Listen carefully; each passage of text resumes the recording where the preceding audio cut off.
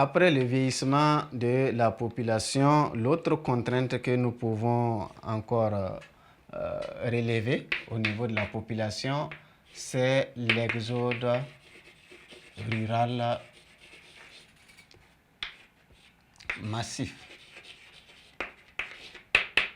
La majorité de la population chinoise est une population rurale. C'est une population rurale et avec la mise en place des zones économiques spéciales, cela a entraîné un exode massif, surtout des ruraux, qui vident les campagnes pour aller surpeupler les villes. Et cet exode massif va entraîner des problèmes, surtout en ville. On aura des problèmes d'emploi. Donc le taux de chômage va augmenter. Et aussi, cela va entraîner également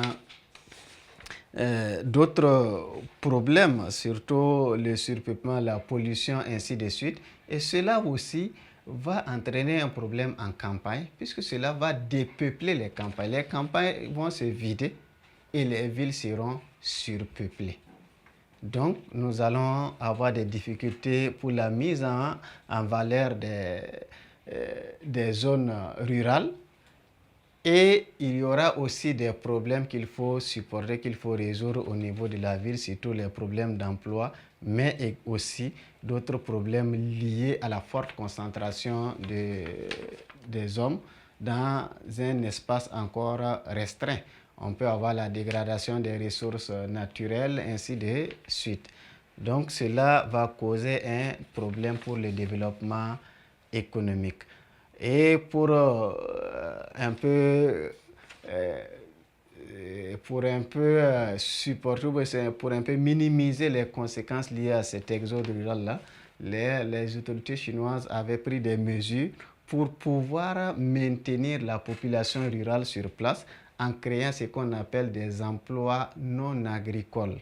Et ces emplois-là permettent de fixer les jeunes dans leur campagne. Au Burkina Faso, on avait commencé avec la petite irrigation villageoise pour maintenir les jeunes dans leur terroir, dans leur village, afin qu'ils puissent avoir des revenus en pratiquant certaines activités et en ne se donnant pas à l'exode rural. La Chine également a fait cette pratique pour pouvoir maintenir les jeunes, mais cela n'a pas réussi à fixer les jeunes dans leur terroir.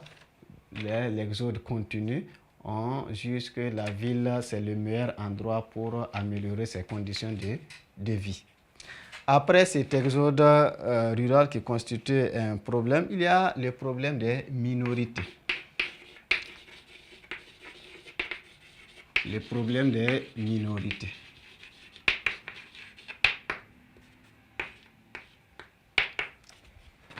La Chine connaît le problème des minorités, ça veut dire qu'il y a des populations, compte tenu de leur effectif, qui ne sont pas intégrées, qui sont marginalisées sur tous les plans, surtout sur le plan économique ici, ce qui nous intéresse encore plus. Et cette marginalisation, le fait de les écarter, le fait qu'ils soient victimes de discrimination, ça ne leur permet pas de participer de façon efficace au développement du pays. Cela ne leur permet pas de se donner à fond dans les différentes activités pour le développement économique parce qu'ils ne se sentent pas considérés, ils ne se sentent pas entre griffes chinois.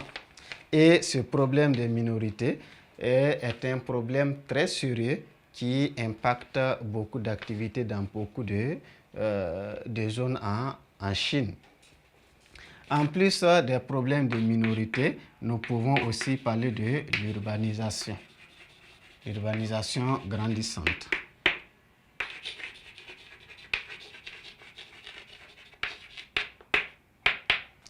L'urbanisation grandissante, c'est souvent, la plupart du temps, nous définissons l'urbanisation comme l'augmentation des populations en ville.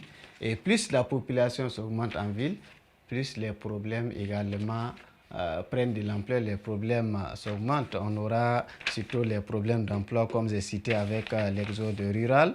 On aura également la pollution et plus d'autres problèmes. Problèmes de disponibilité de logement. Il faut encore aménager plus d'infrastructures pour pouvoir satisfaire une population de plus en plus nombreuse, ainsi de suite. Et cela nécessite des investissements colossaux.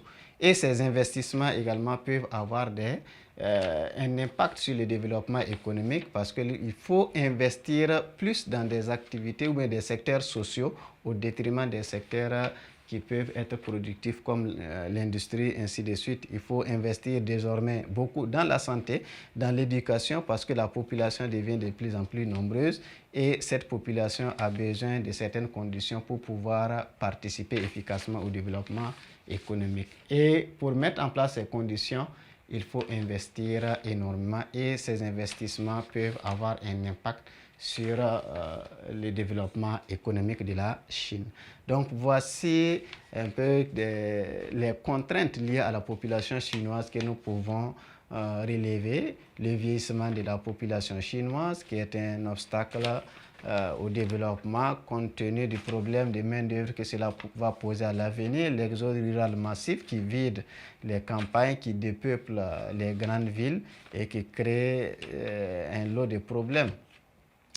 Le problème des minorités qui aussi contribue à rendre la tâche difficile aux autorités avec la mise à l'écart de certains peuples, surtout les Ouïghours qui sont musulmans et qui sont marginalisés à cause de leur religion. Il y a également l'urbanisation grandissante qui vient également avec ses lots de problèmes. Donc voici ce que nous pouvons dire concernant les atouts et les contraintes de la population chinoise. Et le grand point suivant que nous allons aborder, c'est pour parler du système économique de la Chine.